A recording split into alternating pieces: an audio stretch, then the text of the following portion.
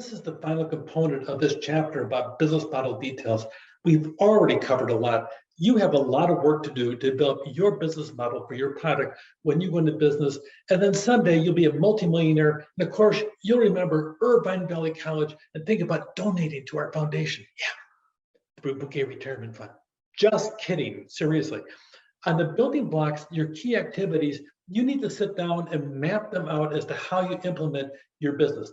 Is it production? Is it problem solving? Are you having a platform for other people to show their wares in the process, or some type of a network for other people to make connections with other people?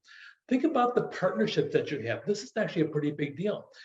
What about optimization and the economy of scale? The more you buy, the cheaper the cost tends to be. That also has a certain level of, if you have a good partnership, you can reduce the level of risk and the certainty of you actually getting the product and getting the revenue stream also. And also maybe a pathway to acquire resources and different activities. From your cost structure, your very last one, you have to look at, are you cost driven? Is cost the dominant factor in the process, or are you value driven in the process? Do you have a big deal on fixed costs? If you have a fixed location, you'll have fixed costs. If you have an 100% online service, your fixed cost may be very low, just computer power. Do you have variable costs? What is it for each item that goes out in the process? And what kind of economies of scale do you have? The more you buy, the tendency is for you to sit down and have a lower cost. If you buy 100 fabric for 100 different polo shirts here in the United States, it may cost you $4 to $5 a piece for each one. If you buy a container full of them from Vietnam, so to speak, and you get 10,000 of them, all of a sudden you're talking about $1 a piece.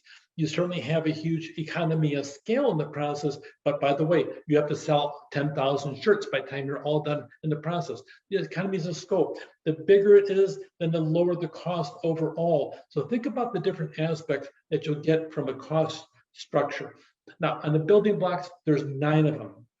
For you to develop your personal business model, my recommendation, this PowerPoint right here is actually really well done, full of detail. You may want to keep this for when you actually start building your own model for your business, and just go through with your pen, check, check, check, check, exactly what you plan on doing with it, because here you have your 9 building blocks, plus you have all the components behind them.